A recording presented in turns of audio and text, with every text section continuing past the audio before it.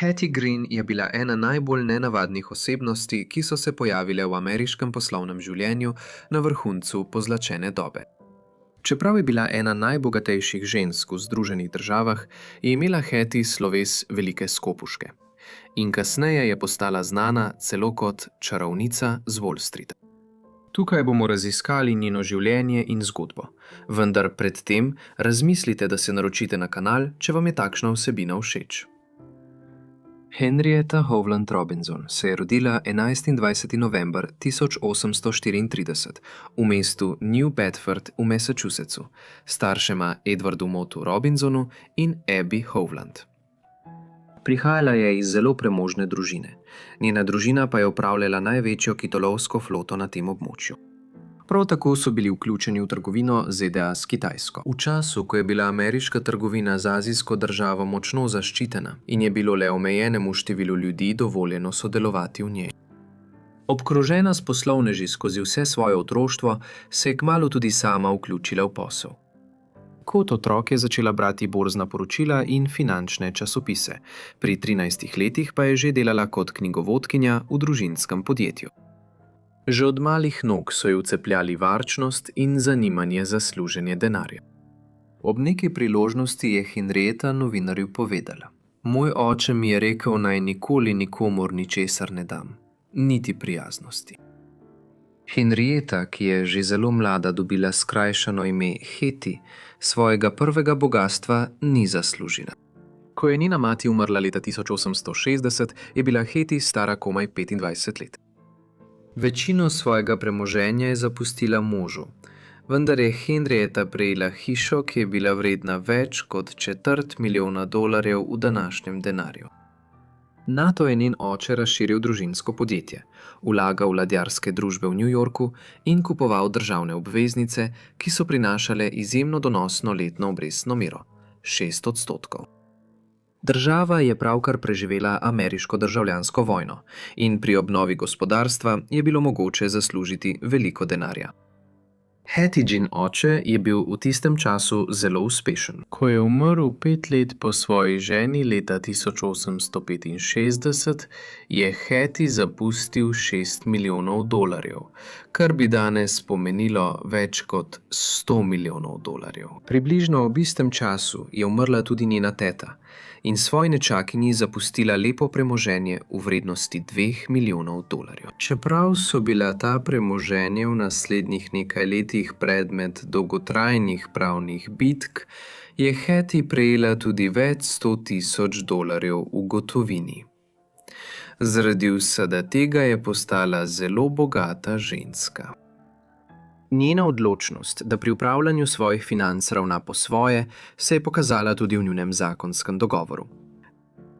V zgodnjih 1860-ih je spoznala in začela razmerje z Edwardom Henryjem Greenom, bostonskim poslovnežem, katerega finančne posle je vključevala tudi trgovina s Kitajsko.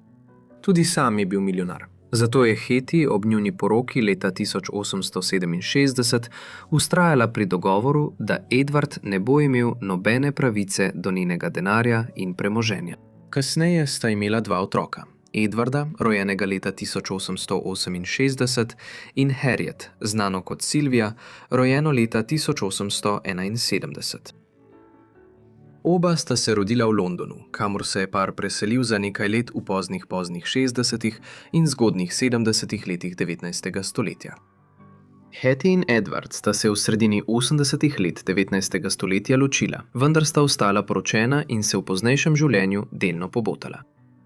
Vzrok za njun razhod je bil v tem, da je Edward zašel v finančne težave po njuni vrnitvi v Združene države leta 1873. No, večkrat ga je morala rešiti tako, da mu je dala denar. Toda do takrat je imela več kot dovolj denarja, saj je Hattie Green postala ena najvidnejših vlagateljic v hitro rastočo finančno prestolnico Amerike v obdobju pozlačene dobe. Wall Street, na otoku Manhattan v New Yorku. Hattie se je pojavila v ameriškem poslovnem svetu v tako imenovani pozlačeni dobi. To je bilo prvo obdobje globalizacije, saj so širjenje železnic, elektrike, telegrafa in telefona odprli ogromne dele sveta.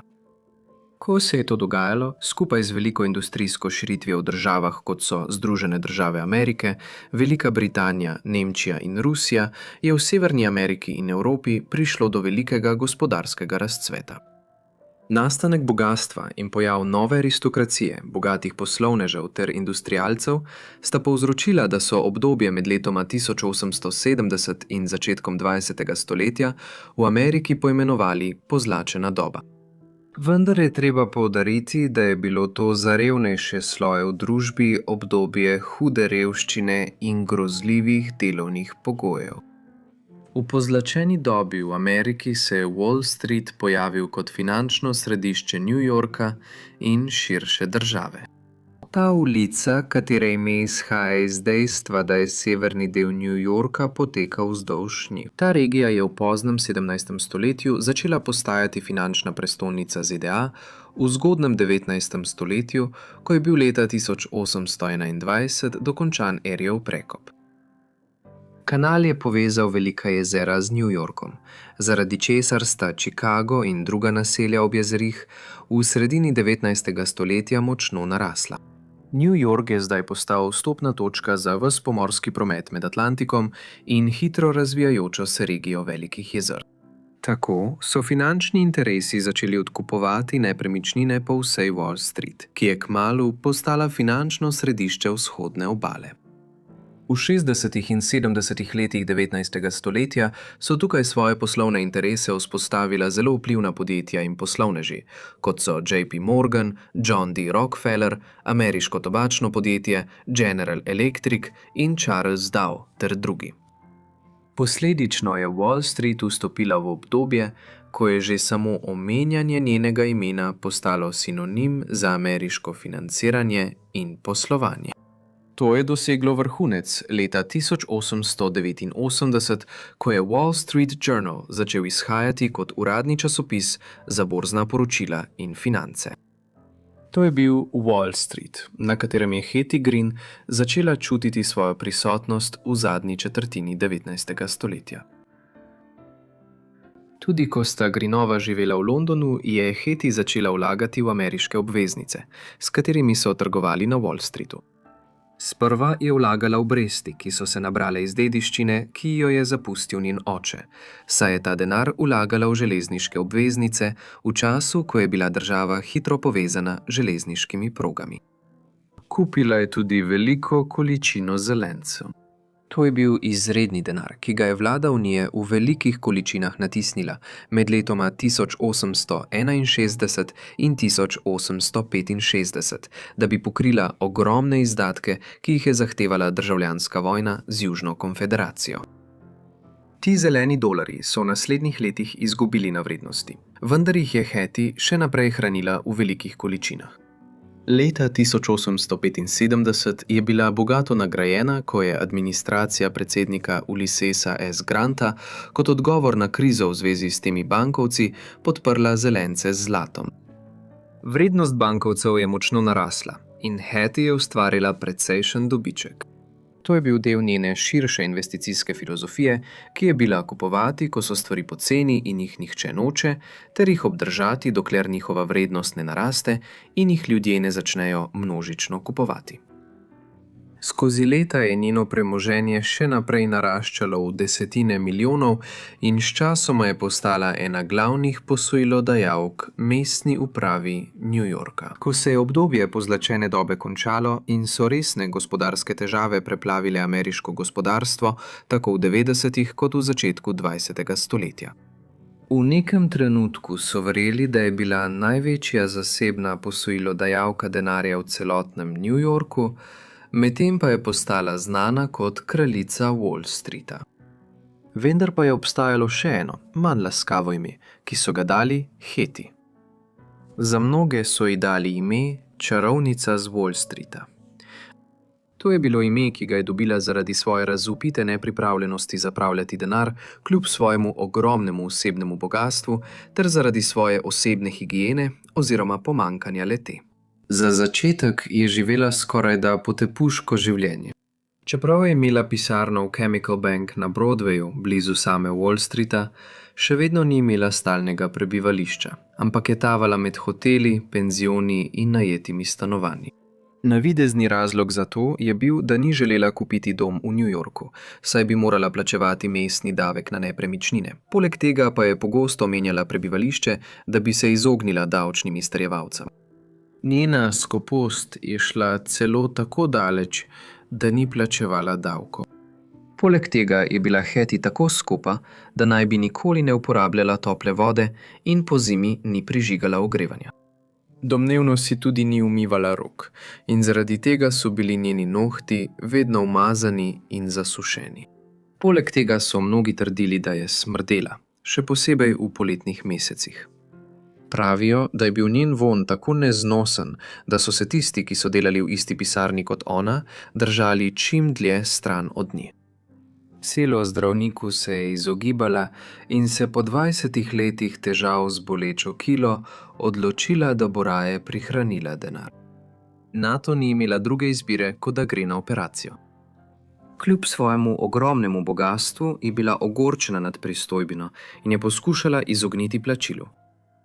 Obstaja nešteto zgodb o njeni razvpitni skoposti, čeprav so nekatere morda le pripovedke. Verjeli so, da je vsak dan nosila isto črno obleko in jo nosila, dokler ni bila tako obrabljena, da je postala popolnoma raztrgana in je zaradi umazanije pozelenila. In šele takrat bi kupila drugo, preprosto črno obleko. Druga zgodba pravi, da je nekoč več ur brskala po koči, v kateri je iskala izgubljeno znamko. Bila je vredna 2 centa. Ta zgodba o znamki je morda neresnična, vendar glede na njen sloves nikoli ne moreš biti prepričan.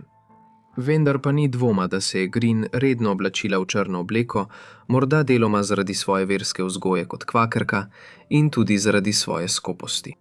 Glede tega je Hattie izjavila: Samo zato, ker se oblačim preprosto in ne zapravljam bogastva za svoje obleke, pravijo, da sem čudakinja ali nora. Vendar pa je bilo nedvomno veliko več negativnih vidikov Hattie Greeninega gorečega varovanja svojega bogastva. Ni odobravala snubcev svoje hčerke Silvije in je poskrbela, da je Silvija ostala neporočena vse do svojih 30 let. Hattie Gino neodobravanje je izviralo iz njenega suma, da vsak, ki hodi z njeno hčerko, zagotovo cilja na njeno bogastvo, saj bi Silvija nekega dne podedovala velik del tega. Na koncu se je eden od snubcev, Matthew Astor Wilkes, srečal z njo in dobil pogojno odobritev. Predvsem zato, ker je bil manjši član izjemno bogate družine Astor in je imel tudi nekaj lastnega premoženja. Kljub temu je Hattie pred poroko Silvije in njega leta 1909 vztrajala, da podpiše dogovor, s katerim se odpove kakršnemukoli zahtevku do denarja, ki bi ga Silvija podedovala iz njenega premoženja. Vendar pa je bila nedvomno najbolj grozljiva epizoda. V Hattie Greenovi nepripravljenosti zapravljati denar in obsesivnem varovanju njenega bogastva, povezana z njenim sinom Edwardom oziroma Nedom, ko je bil še otrok in si je zlomil nogo. Hattie ni bila pripravljena plačati za drago medicinsko oskrbo in je poskušala sina sprejeti v brezplačno kliniko. Vendar so jo upravniki klinike prepoznali in ji zavrnili storitev, saj so bile brezplačne klinike v tistem času namenjene revnim in nižjemu srednjemu razredu. Medtem ko si je kraljica Wall Streeta zlahka lahko privoščila najboljšo medicinsko oskrbo v New Yorku. Hattie se zaradi te zavrnitve ni vznemirila in se je odločila, da bo sinovo poškodbo zdravila sama. V tednih, ki so sledili, se rana ni pravilno zacelila in sčasoma se je razvila gangrena. Nedova noga je morala biti amputirana in naprej je uporabljal protezo iz plute. Kljub temu dogodku je v kasnejših letih delal za svojo mater in po dolgem obdobju, ko je v Chicagu urejal njene poslovne zadeve in davke, se je vrnil v New York. Svoje zadnje mesece je preživela pri njem in je končno imela stalen dom. Umrla je 3. julija 1916, stara 81 let. Do takrat je veljala za najbogatejšo žensko v Ameriki. Njena zapuščina, ki sta si jo razdelila Edward in Silvija, je verjetno znašala med 100 in 200 milijonov. To je znesek, ki bi danes znašal med 2,5 milijarde in 5 milijard dolarjev. Zato lahko zlahka rečemo, da je bila Hattie Green verjetno najbogatejša ženska na svetu v tistem času. Vprašamo se, ali je kdaj našla tisto dvocentno znamko. Za razliko od svoje matere je bil Edward znan po tem, da je užival v svojem bogastvu in se je rad zabaval. Ni se zadrževal pri zapravljanju svoje dediščine. Zgradil je dvorec v Round Hillu v Massachusettsu, zbral pomembno zbirko znamk in kovancev ter celo naredil nekaj velikodušnih prispevkov družbi. S materino dediščino je Hattina hči Sylvia postala ena najbogatejših žensk v Ameriki. In ko je njen brat Edward umrl leta 1937, je podedovala skoraj vse njegovo premoženje. Sylvia Green Wilkes ni imela otrok in nobenih resnično bližnjih sorodnikov. Umrla je leta 1951 in zapustila premoženje v vrednosti približno 19 milijonov dolarjev po plačilu davkov. Sprva njene oporoke niso mogli najti, a so jo na koncu našli zatlačeno v kovinski omari. Sylvijina najbližja sorodnica po krvi, sestrična, je bila omenjena v oporoki in ji je zapustila 5000 dolarjev. A šla je na sodišče in ji je bilo na to prisojenih 140 000. Preostanek njenega premoženja je bil razdeljen med dobrodelne organizacije, šole in bolnišnice. Tako je na koncu velik del velikega bogastva čarovnice z Wall Streeta, ki ga ni hotela zapraviti, pripadal popolnim neznancem. Živjo, upam, da ste uživali ob ogledu videa. Nocojšnji video je pripovedoval gospod Knox. Če imate radi strašljive zgodbe, jih lahko tam najdete še več od mene. Povezava bo v opisu. Ampak za zdaj hvala. Naročite se na Forgotten Lives in se vidimo v naslednjem videu, ko se bo vrnil običajni pripovedovalec.